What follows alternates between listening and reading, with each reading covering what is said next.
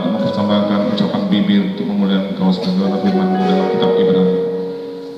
Persembahan korban bibir dari hati yang tulus dan mengasihi Yesus. Sebentar kami akan masuk dalam firman-Mu dan juga beberapa acara sepanjang ibadah ini Tuhan. Sertai urapi dengan kuat kuasa-Mu Tuhan. Setiap jiwa-jiwa yang hadir boleh Tuhan jamah dari depan sampai belakang, dari luar sampai dalam, di seluruh area gereja ini Tuhan, pagari dengan kuat kuasa darah Yesus. Bala tentara malaikat Tuhan dari surga berpasukan menyertai kami karena perintah daripada ya Bapa.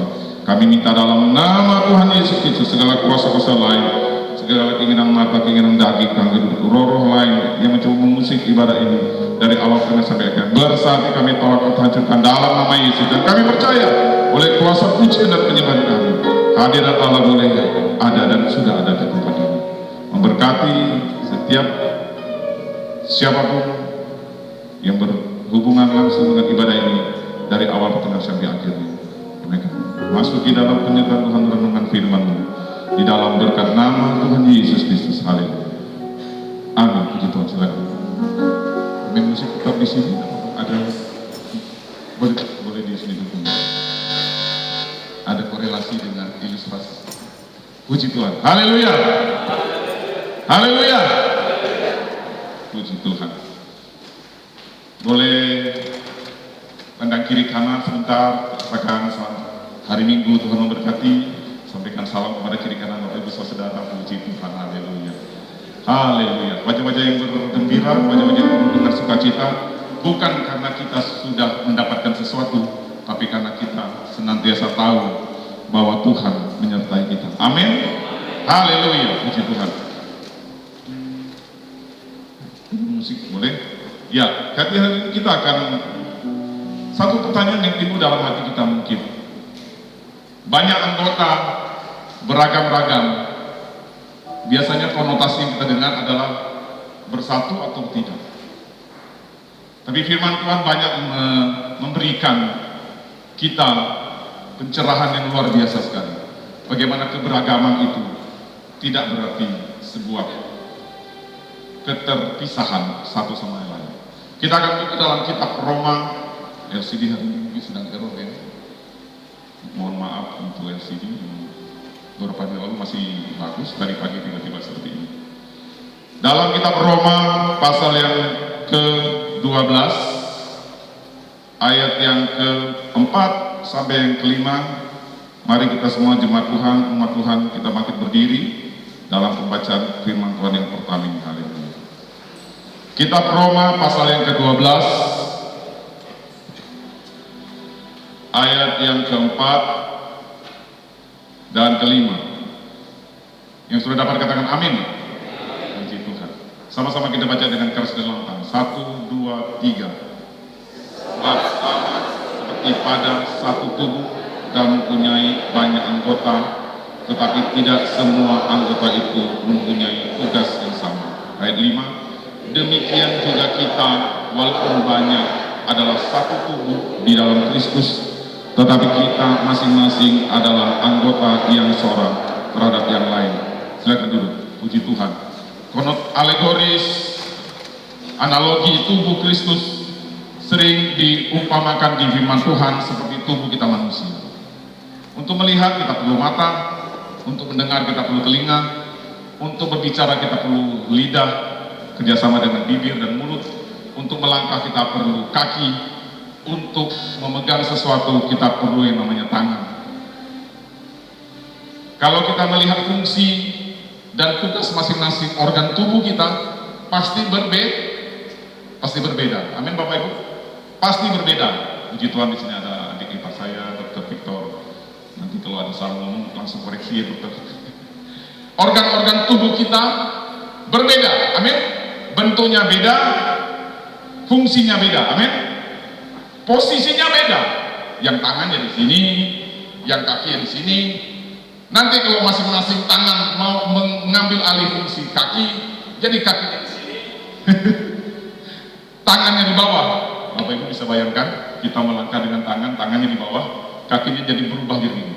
Simsalabim, boom, tiba-tiba kakinya bukan begini saja, tiba-tiba di sini jadi kakinya. Lalu tangannya di sini, lalu mata pindah ke sini. Hidung pindah ke sini jadi 2. Telinganya berubah jadi mulut. Yang telinga jadi mulut, 1 di sini. Aduh, kita kalau bayangkan jadi mengerikan. Tetapi firman Tuhan hari ini relevansinya adalah bagaimana kita mengimplementasikan keberagaman itu menjadi satu orkestra yang baik dan bagus. Hari ini saya minta pemain musik untuk diangkat ke belakang dulu. Coba keyboard main di C coba. Yesus disanjung, bass coba main di C. Yesus disanjung, sama-sama kita aja. Yesus, sama-sama kita nyanyi. Disanjung.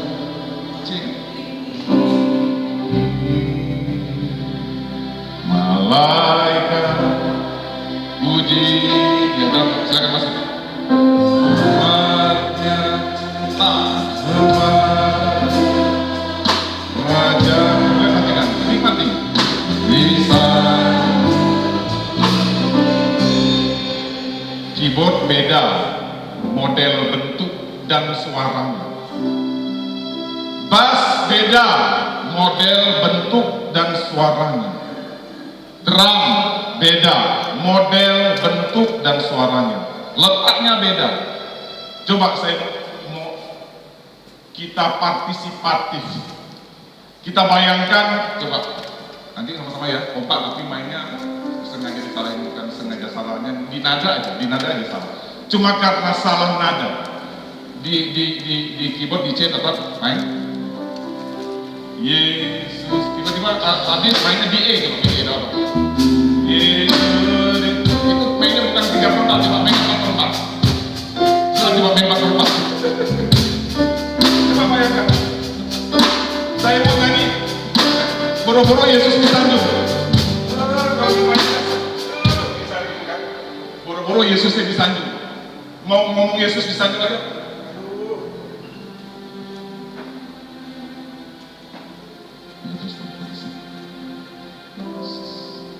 Tuhan Yesus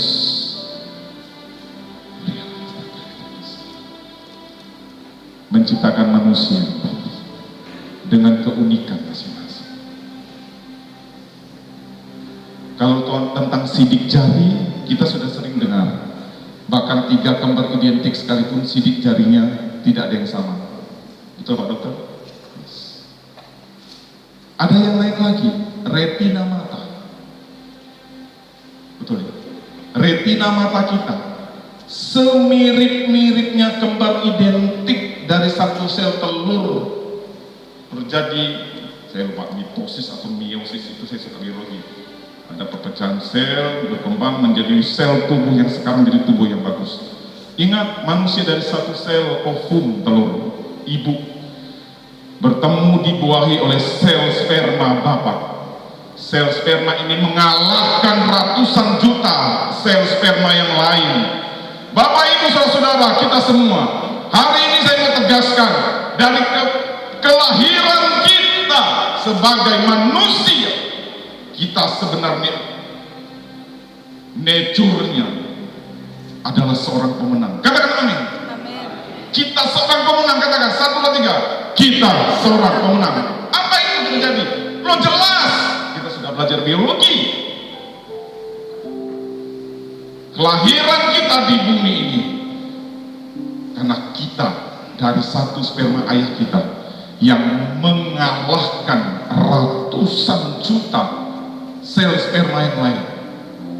Mungkin ini suatu hal pembelajaran yang sangat sering kita tahu, sudah tahu, tapi saya mau tekankan.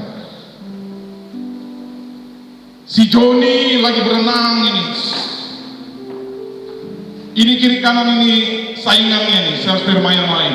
Oh, menuju sel telur ibu. Butuh berapa jam bagi satu sel sperma? 1 jam itu sama seperti mungkin ratusan hari, karena dia gerakannya bergerombol seperti kecebong itu. Masuk di dalam area pertempuran, daerahnya udah mulai asam, yang nggak mampu hidup kalah, tinggallah ratusan. Tuhan, akhirnya yang satu ini tembus ke sel telur dari mama kita. Dan pada perkembangan 9 bulan 10 hari, lahirlah seorang bayi yang namanya Jumilu Yohanes. Atau Bapak Ibu Saudara-saudara, kelahiran kita di bumi sudah mengalahkan ratusan juta calon-calon pesaing saat kita berhasil lahir dikandung oleh bunda kita. Hari ini mungkin ada atau banyak yang merasa aku kalah menghadapi tantangan hidup. Apa relevansinya untuk hari ini? Bangkitkan iman kita, bangkitkan pengharapan kita. Kalau aku bisa lahir 20, 30, 40, 50, 60-an tahun yang lalu, aku lahir sebagai seorang pemenang. Katakan amin. Katakan haleluya. Katakan haleluya. Pertalite boleh naik jam 14.30 waktu Indonesia Barat hari kemarin. Diumumkannya jam 15.30. Ya, kita hanya dikasih waktu 1 jam. Teman-teman yang punya motor WA, yuk, bro, kita ngantri yuk. Saya lagi di sini mau persiapan doa pelayan. Yang mobil udah pasrah, udah. Baru keluarga, udah ngantri semua di sepanjang Serdam sana. Akhirnya mereka senang mendapatkan harga masih lama. Tapi ada teman saya sedih. Sudah ngantri 1 jam, pas gilirannya tank, Pak, maaf Pak, jam 14.30. Jam berapa ya Mas?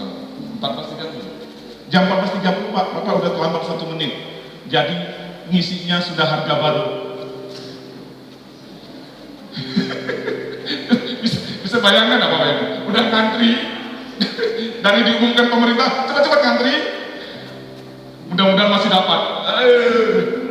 Dan petugas bensinnya dengan mudah bilang begini, maaf ya Bapak, mau dan hormat, santun sih ngomongnya, tapi gimana rasanya? Maaf ya Pak, ini udah jam 14.30 lewat berapa menit, Bapak sudah harga baru 10 reben. Banyak hal di dunia ini yang membuat kita merasa kalah. Banyak kita merendahkan diri kita. Rendah hati bagus, tapi Tuhan sedih kalau anak-anak Tuhan rendah diri, seolah-olah menghadapi dunia ini udah, ya sepalah saya, aku orang-orang kaya, aku gak diperhatiin, aku orang pinggiran, siapa saya? Kita kembali ke dalam Roma 12. Permisi, minta maaf ya, tetap di sini. Sebab sama seperti satu tubuh, kita punya banyak anggota. Ayat 4. Tetapi tidak semua anggota itu punya tugas yang sama. Bahasa gampangnya gini, tugasnya berlain-lainan. Betul? Dalam terjemahan baru, dalam ayat 4 kalimat terakhir, tetapi tidak semua anggota mempunyai tugas yang sama. Tidak semua anggota punya tugas yang sama. Kayaknya terlalu panjang ya. Kalau saya boleh ringkas gini, banyak anggota berlainan tugas. Boleh nggak? Boleh kan? Boleh nggak? Tidak semua anggota yang memiliki tugas yang sama. Tidak semua anggota tugasnya sama, atau banyak anggota tugasnya berbeda-beda. Betul? Tadi sudah disampaikan. Walaupun mungkin Bapak Agung Muhadi mainkan keyboard yang modelnya beda, tapi kalau nadanya sama, bassnya sama, ketukannya 3/4, harmonisasi terjadi. Dan oleh hati yang lapar dan haus, kita bisa menyembah Tuhan. Makanya kita butuh latihan. Kami tidak boleh langsung asal-asal main. Tapi kalaupun ketidaksempurnaan permainan kami tidak mendatangkan musik-musik yang semerdu orkestra, tapi kalau kita datang dengan hati yang lapar dan haus, hadirat Allah kita boleh terima dan kita rasakan. Apa yang terjadi ketika anggota-anggota tubuh itu merasa dia yang paling penting? Akibatnya adalah kekacauan. Dalam versi firman Allah yang hidup, saya mau baca ayat yang keempat ya. Sebagaimana tubuh kita mempunyai banyak anggota. Ini Roma 12 ayat 4, tapi bukan terjemahan baru, tapi terjemahan firman Allah yang hidup. Kalau di Alkitab Android biasanya FAYH. Sebagaimana tubuh kita mempunyai banyak anggota, demikian jugalah tubuh Kristus. Oh, dipertegas. Kalau dalam terjemahan baru hanya dibilang satu tubuh kita punya banyak anggota, adalah satu tubuh di dalam Kristus. Jadi agak panjang kalimatnya, tetapi dalam terjemahan firman Allah yang hidup, kalimat pertama sudah dipertegas. Sebagaimana tubuh kita, ini tubuh kita dari kepala sampai kaki, mempunyai banyak anggota,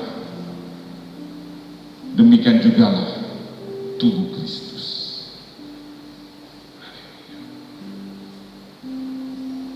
Bapak, Ibu, saudara-saudara, rekan-rekan sepelayanan yang dikasihi dan diberkati Tuhan. Sebentar usai ibadah, usai perjamuan kudus, kita akan menanti dan tabiskan mendoakan pengurus-pengurus gereja, wadah, dan rayun-rayun. Itu nanti untuk rayun minggu berikutnya, karena supaya tidak terlalu acaranya. Tentu kita akan memiliki banyak perbedaan. Oh, mungkin ada yang mendengar korban begini, oh saya kan bukan pengurus, saya no problem, nggak ngaruh ya. Bukan. Kita buka dalam 1 Korintus 12, kita buka sama-sama. Ayat 21 sampai 26. Tema hari ini seperti tema yang di dalam cakar burung Garuda Pancasila. Bhinneka Tunggal Ika. Berbeda-beda tetapi tetap satu. Wah, mantap. Bahasa Inggrisnya kerennya begini, unity in the diversity. Kesatuan dalam keberagaman. Kalau firman Tuhan yang mengandung kalimat ini ada tadi dalam Roma 12 ayat 4. Satu tubuh di dalam Kristus. Itu tema secara teologis. Satu tubuh di dalam Kristus. En Kristo. Hanya Kristuslah sebagai kepala yang membuat kita semua organ-organ tubuh Kristus ini saling berkolaborasi menuju kepada arah kepala. Itulah visi gereja kita. Kita bisa lihat di sebelah kiri saya.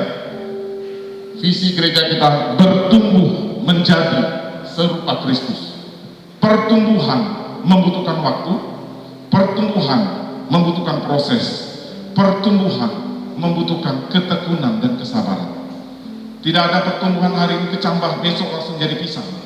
Tidak ada di sini ditanam biji nangka, besok langsung nangkanya besar-besar dari Bangkok keluar.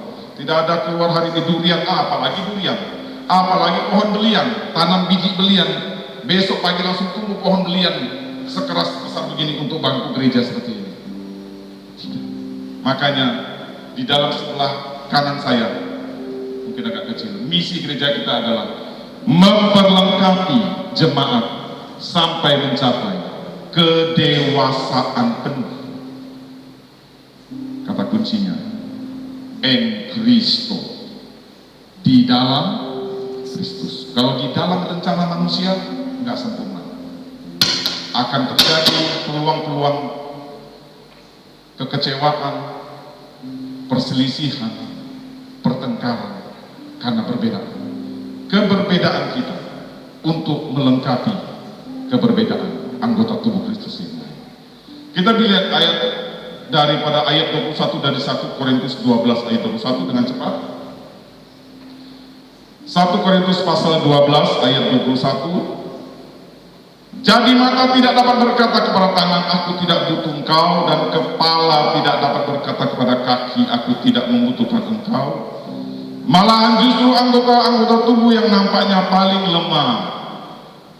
Saya ulangi, kadangkala jujur secara manusiawi mungkin, untuk periode ini mungkin saya tidak terpilih, ya sudah, saya biasa-biasa aja ya Om. Yang kerja yang pengurus aja ya, yang kerja yang dijadwal aja ya, yang kerja ya yang ditunjuk ya. Tetapi firman Tuhan berkata, perhatikan, malahan ayat 22, justru anggota-anggota tubuh yang nampaknya paling lemah, yang paling dibutuhkan. Bapak Ibu Saudara, perhatikan ke depan, minta tolong sebentar. Coba pegang hidung masing-masing, pegang hidung masing-masing. Ayo kita partisipasi, coba kita pegang hidung masing-masing. Tapi tangannya bersih ya, enggak, saya ya. Pegang hidung masing-masing Pak. Hidung ini paling apa? Paling kelihatan, benar? Paling menonjol. Paling menonjol ini hidung. Kalau mancung jadi keren, bukan keren serigala ya. Jadi keren. Kalau mancungnya ke arah lain, saya tidak mau body shaming ya. Tak bagus ini. Oh, ini yang paling menonjol ini pasti paling menghormati ini. Sudah pasti hidung ini pokoknya diurus, pokoknya di masker lah, macam-macam lah, ya kan? Padahal ada anggota tubuh yang paling lemah, tapi justru kalau anggota tubuh ini tidak hidup, tidak bergerak, tidak berfungsi, mati. Banyak. Jantung, liver, ginjal, lambung, itu lemah. Karena kalau kita pegang itu lembut. Sorry, di sini ada dokter, udah sering pegang ya ukuran tubuh ya dokter. Lemah secara bentuk tubuh organnya. Tapi justru firman Tuhan bilang, yang paling nampaknya, ini kan kesan subjektif manusia. Oh, nampaknya lemah ya. Tapi sebenarnya Tuhan tidak melihat kita lemah atau kuat. Tuhan melihat kita fungsi, posisi, dan kapasitas kita untuk pembangunan tubuh Kristus. Amin. Kita bergereja di tempat ini, atau mungkin di tengah-tengah keluarga, di tengah-tengah kantor. Tagline kolaborasi, networking, jejaring, bekerja sama itu pasti menjadi bagian dari moto kantor ya. Tidak ada kantor-kantor yang berfungsi dengan tepat dan maju ketika mereka mencoba untuk menafikan organ-organ yang lain dalam sebuah kantor, manajemen organisasi dan sebuah pelayanan. Dan ayat 23, kepada anggota-anggota tubuh yang menurut pemandangan kita kurang terhormat, kita berikan penghormatan khusus. Dan terhadap anggota-anggota kita yang tidak elok, kita berikan perhatian khusus. Jantung, hati, liver kita, bahkan otak kita ini, kita sudah tahu otak kita itu lembut sekali. Jangan coba-coba otak dipegang, langsung merusak pasti, karena dia sangat ya. Makanya otak itu paling dilindungi dengan tengkorak yang terkeras. Kalau tidak salah, bagian sini prefrontal cortex itu prefrontal cortex itu artinya otak depan itu ya. Itu dilindungi dengan dahi kita. Boleh yang pegang silakan, saya tidak menyuruh harus semuanya tunggu 100% habis waktu kita. Pegang dahi kita, coba pegang dahi kita. Kita gini sedikit, jangan terlalu keras aja bencol. Ini tulang terkeras dari seluruh fungsi organ tubuh untuk melindungi apa? Otak. Pertanyaannya menjadi rahasia buat kita. Keberagaman organ tubuh itu disatukan oleh apa? Saya mencoba membahasnya dari sisi analogi organ tubuh. Semua organ tubuh kita dari kepala sampai kaki dihubungkan yang namanya pembuluh darah. Darah Yesus Kristus itu masuk alegorisnya. Darah Yesus Kristus. Hari ini kita telah menerima roti dan anggur bercampur. Hanya darah Yesus Kristus yang mempersatukan semua anggota-anggota tubuh itu yang berbeda letak, fungsi, dan posisinya. Mereka disatukan oleh darah Yesus, darah pengampunan Yesus di atas salib Golgota. Jadi tidak ada satupun yang merasa jauh lebih penting, yang satu merasa jauh lebih minder dan rendah dan tidak dianggap, karena darah Yesus yang sama menyatukan kita semua secara alam roh, sehingga darah yang itu yang menyehatkan organ-organ tubuh jangan sampai terputus. Ketika darah tidak mengalir dalam satu organ, dalam hitungan tidak usah 1 hari, berapa menit Pak? Sekian menit ya, apalagi otak.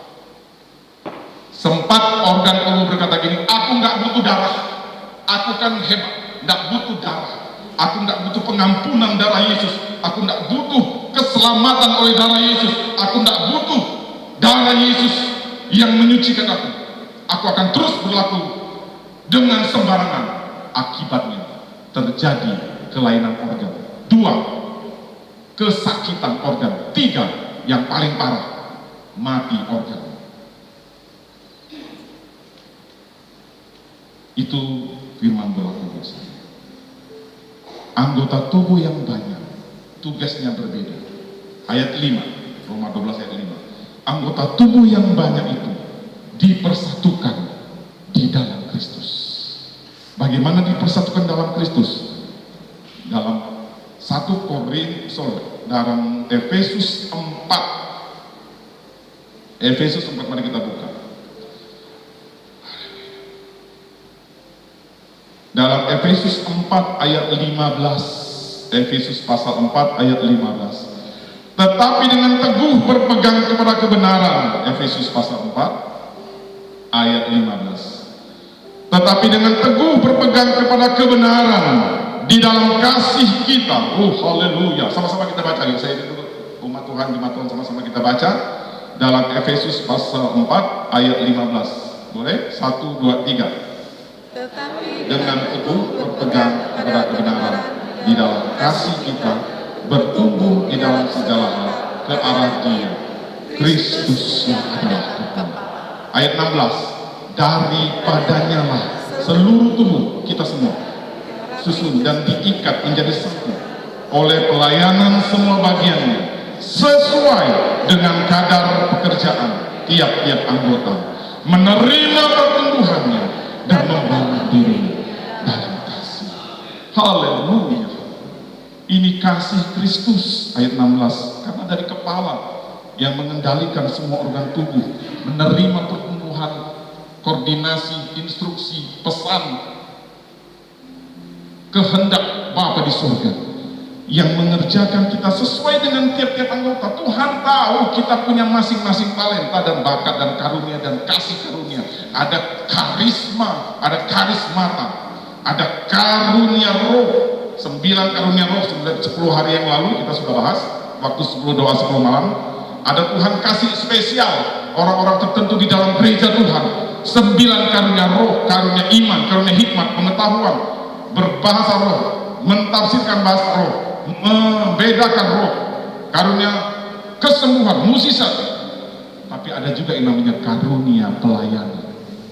Dan semua anggota yang dipenuhi dengan karunia-karunia yang berbeda dengan fungsi dan posisi masing-masing dipersatukan oleh kepala, yaitu Kristus, yang tiap-tiap anggota, Efesus 4 ayat 16 bagian terakhir, menerima pertumbuhan. Pertumbuhannya bukan dari sesama organ, pertumbuhannya dari Kristus, kepala gereja. Relevansinya adalah begini, saya kan bukan pengurus gereja dan tidak selamanya pelayan Tuhan. Jadikan ini analogi dalam kita berkeluarga.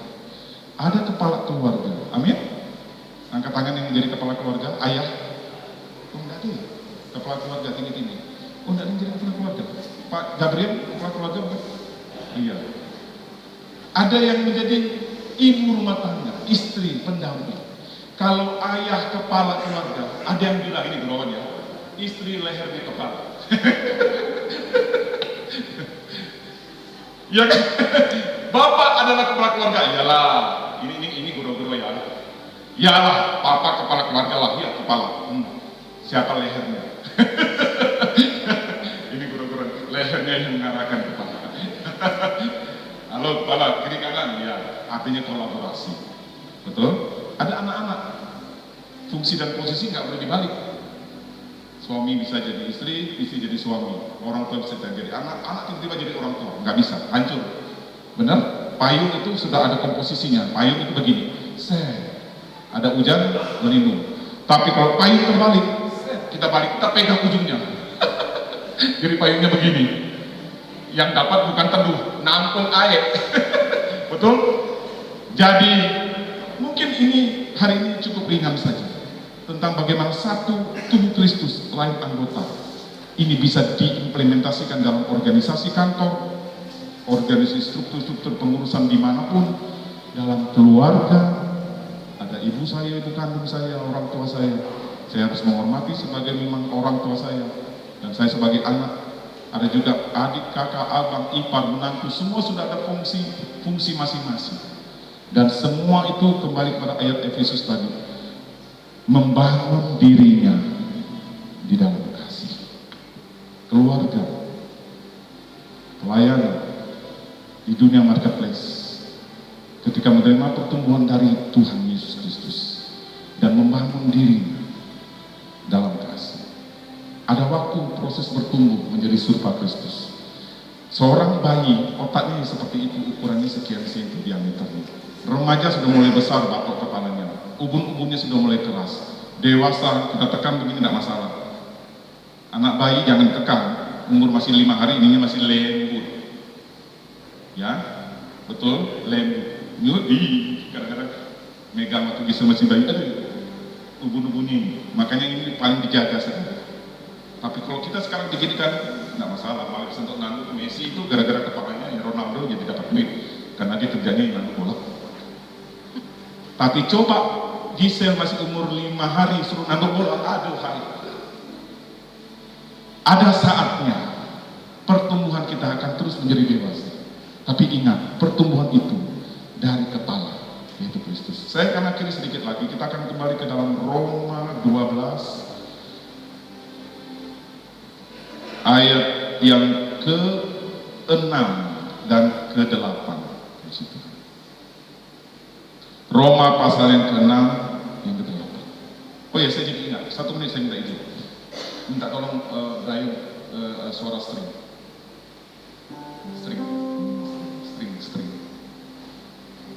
Dalam pujian dan penyembahan, peranan musik cukup dan sangat penting juga.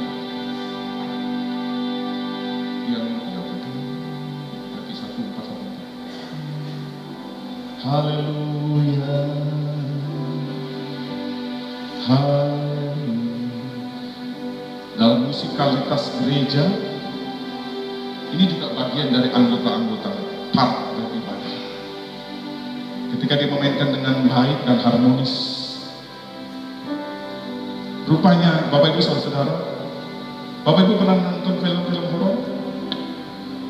Musiknya pasti sedikit banyak akan tidak mungkin tapi film horor. Ada gitu film horor tapi musik backgroundnya gini. Tidak ada, nggak jadi takut orang. Betul? Ini namanya suara harmoni. Secara musikologi dia menyentuh bagian kita yang namanya roh manusia.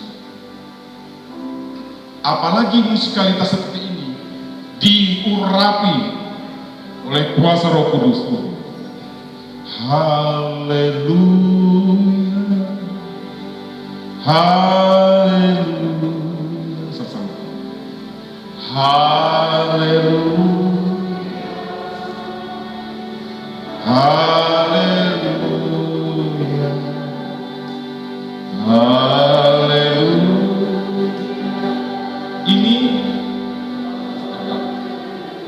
hamba Tuhan yang menyampaikan ini kepada saya beberapa tahun yang lalu. Dia jadi seorang hamba Tuhan dan juga dia seorang musikalitas yang sudah berkecimpung di dunia musik gereja 20-30 tahun. Jadi para musik, maka saya undang tetap ada di podium. Permainan kita sudah bagus, itu kita perlu latihan, betul harus. Teknik sudah bagus. Tapi ada kalanya nanti musikalitas harmoni seperti ini, dia akan mudah berkoneksi dengan spirit, dengan roh. Nah, ketika ini perbedaannya. Jadi musik dalam harmoni menyentuh bagian roh. Drum coba, hanya drum ya. Tak, terserah ya.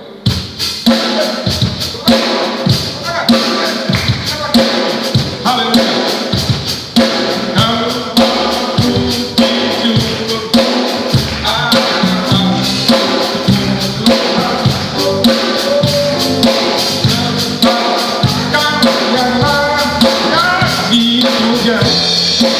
Coba lihat, itu namanya beat. Beat menyentuh gerak tubuh. Makanya jarang orang yang lagi seru nih. Ya,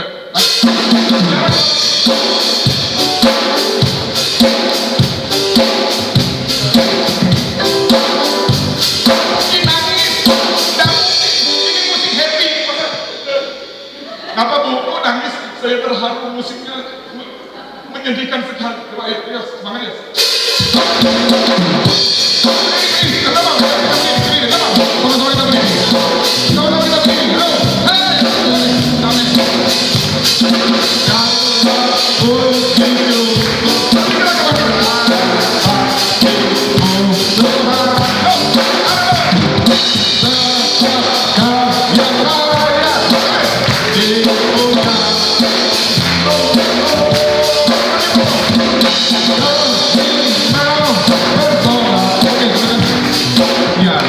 Duduk lagi, nggak apa-apa. Hari ini agak beda sedikit.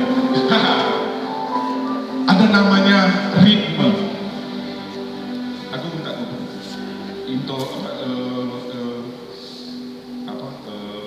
instrumentalnya tapi lagu. Di saat ada tadi intro. Jangan sedikit, yang mana?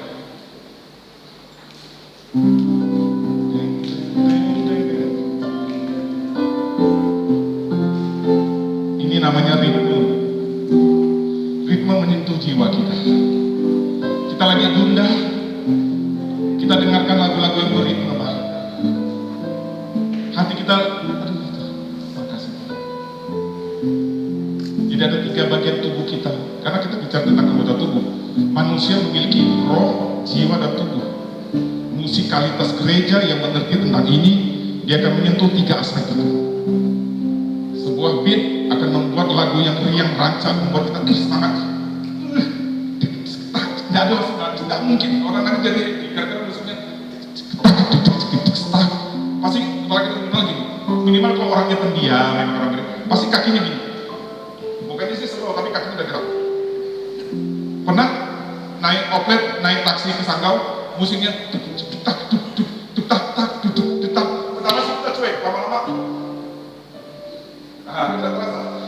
Karena beat mempengaruhi gerak tubuh. Betul.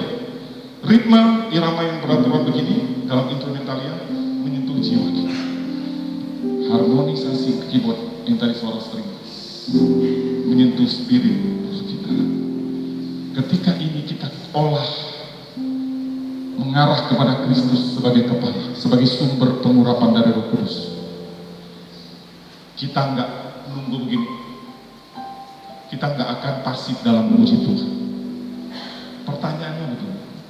Om, bro, gimana kalau mereka salah main? Nah, itu dia masalahnya. Kembali ke pribadi kita. Saya pernah ikut sebuah persekutuan doa. Waktu itu dari Amerika, mungkin aku tahu yang zaman kita dulu yang dari orang bule-bule itu kan tahun berapa ya? Saya heran, nggak pakai musik lengkap, hanya bawa tipung tifa dari Papua ya, tifa ya. Orang bule ini misionaris remaja pemuda, ada pertukaran rohanian. Kita dibikin di sebuah gereja di sana di Karya Baru sana. Doa semalaman sampai jam 4 dari jam 10. Musiknya nggak pakai gitar, nggak pakai keyboard, padahal di sana musik gerejanya lengkap. Dia hanya pakai tifa.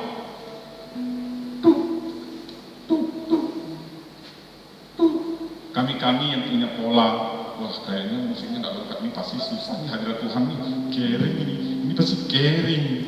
Hadirat Allah susah, kering. Kita masuk 5 menit pertama, kok gini doang ya?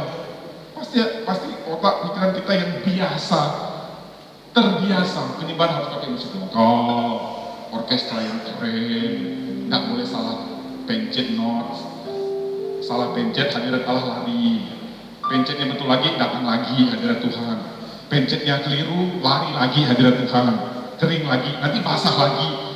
Kasihan hadirat Tuhan itu kayak air, kering basah, lalu dia bilang begini, hati-hati Bapak Ibu Saudara-saudara semua yang memusatkan penyembahan kita dari luar tubuh jiwa roh kita. Apa yang maksudnya? Coba bayangkan, hanya dengan suara tifa ini kita akan nikmati. Tapi saya akan memberikan paparan penyembahan yang terbaik dimulai dari hati yang lapar dan haus akan hadirat Allah. Saya sengaja hanya pakai tifa. Haleluya, haleluya. Lama-lama kita juga penyembahan. Sampai pagi nggak berasa. Hadirat Allah yang sama kami rasakan. Bapak Ibu Saudara-saudara, oke, kita memang membutuhkan alat-alat musik yang lengkap, sempurna, bagus, canggih. Kalau bisa ada anggaran yang lebih, bukan suatu pembenaran yang berarti dia kenal jalannya Allah ini biarnya sampai rusak, ya udah salah juga, kita harus benahi. Tapi hamba Tuhan ini mengingatkan kami semua, penyembahan yang terbaik datang dari hati yang lapar dan haus akan hadirat. Bahkan hanya dengan gendang yang tuk sekalipun sampai jam 4 subuh kami menyembah dengan Tuhan di jamaah semua. Satu tubuh, lain anggota, sehingga boleh kembali. Tapi satu kepala, yaitu Kristus, yang daripadanya lah menerima pertumbuhan, diikat oleh darah Yesus. Organ tubuh juga memerlukan apa selain darah? Oksigen yang diambil dari hidung. Lihat bekerja sama dari hidung, masuk lewat kerongkongan itu tenggorokan, kerongkongan ini, masuk ke dalam dua sisi paru-paru kiri kanan, diolah, masuk dalam pembuluh darah. Kandungan oksigen itu masuk ke setiap organ-organ tubuh kita. Kita anggota tubuh Kristus, disatukan oleh darah Yesus. 1, 2, disatukan oleh oksigen Roh Kudus. Roh, bahasa aslinya pneuma. Pneuma itu angin, bicara tentang oksigen. Jadi kalau kita mencoba untuk lari putus hubungan dengan darah Yesus, pengampunan di atas salib Golgota, kita mencoba untuk lari dari namanya hubungan kita dengan Roh Kudus sebagai nafas oksigen bagi organ-organ tubuh. Bapak Ibu tidak perlu saya sampaikan apa akibatnya. Sudah tahu pasti akibatnya. Akan ada gangguan yang paling parah kalau dia tidak berubah, akan ada kematian organ tubuh. Satu organ tubuh bermasalah, satu tubuh bermasalah. Kita sama-sama penting di mata Tuhan. Amin. Kita sama-sama berharga di depan mata Tuhan. Amin. Tidak ada semua, di depan itu yang biasa di mimbar ini paling berharganya. Saya duduknya di paling belakang atau di paling pojok sana. Yang paling tidak berharga ini duduk belakang. Enggak. Di mata Tuhan, semua mendapatkan darah Yesus. Semuanya mendapatkan oksigen dari kepala mengalirkan dan semuanya tetap harus dalam kendali kepala. Kristus kepala, artinya kepala itu mengendalikan semua organ tubuh. Ada organ yang coba bekerja di luar kontrol kepala, itu namanya kanker. Kanker disembuhkan. Kalau tidak sembuh, tidak sembuh, terpaksa. Walaupun sakit, seluruh tubuh merasakan sakitnya, terpaksa dokter ambil pisau, harus diampu. Kita jadi organ tubuh Kristus. Jangan sampai organ ini mengganggu seluruh tubuh Kristus. Tetap kita berusaha untuk menyembuhkan sama-sama lain. Ayo kita sembuhkan, yuk kita obatin. Tapi kadangkala kita tidak bisa melawan kehendak kedaulatan Tuhan. Tuhan bisa potong. Karena apa? Sel tubuhmu sudah jadi kanker, jadi tumor. Aku tidak mau jadi tumor di dalam tubuh Kristus. Saya tidak menuduh Bapak Yesus, tidak. Ini untuk saya pribadi dan kami yang ada di tempat ini. Kami tidak mau jadi anggota tubuh Kristus yang menjadi kanker. Karena satu organ tubuh yang menjadi kanker, satu tubuh akan merasakan sakitnya. Amin. Bagaimana caranya? Hanya kuasa darah Yesus. Darah Yesus juga berbicara tentang pengampunan. Tidak mudah berbuat baik kepada orang yang kita tahu di belakang kita. Tetapi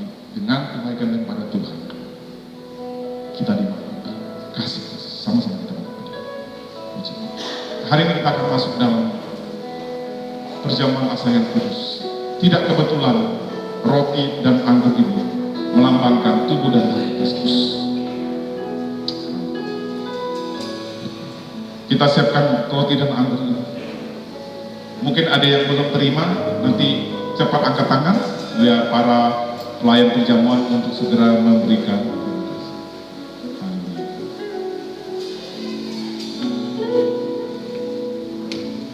Yesus, Yesus disanjung. Yesus, terima kasih buat firman-Mu Tuhan. Kami menerima pertumbuhan daripada-Mu Yesus sebagai kepala dari anggota tubuh Kristus. Haleluya.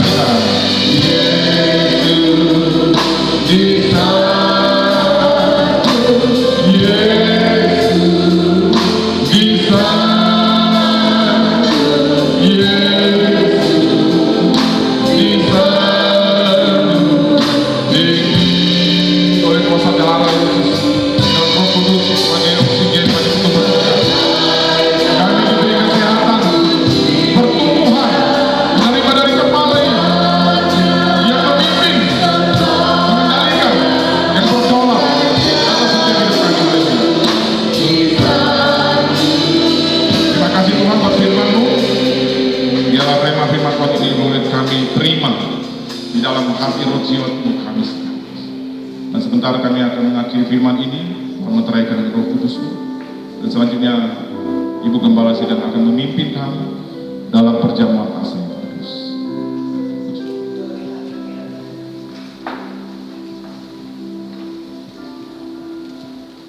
Haleluya. Mari kita angkat roti di tangan kanan kita dan kita taruh di dada kita. Kita mau menerima berkat korban Yesus yang boleh menyelamatkan kita semua. Oleh sebab itu biar kita menyiapkan diri kita mohon ampun dari segala kesalahan-kesalahan kita kepada Tuhan, supaya Tuhan melayakkan untuk kami menerima korban Yesus yang sangat kudus ini. Saudaraku yang kasih, mari kita angkat roti di tangan kita lebih tinggi dan kita akan lebih dulu mendengarkan firman Tuhan. Biar firman Tuhan ini yang memimpikan penyerahan hidup kita kepada Tuhan, di mana Tuhan sudah rela mati di kayu salib untuk menyelamatkan kehidupan kita. Haleluya. Sebab apa yang telah kuteruskan kepadamu telah aku terima dari Tuhan, yaitu bahwa Tuhan Yesus pada malam waktu ia diserahkan mengambil roti, dan sesudah itu ia mengucap syukur atasnya. Ia memecah-mecahkannya dan berkata, inilah tubuhku yang diserahkan bagi kamu. Perbuatlah ini menjadi peringatan akan aku. Dalam nama Yesus mari kita makan roti bersama-sama.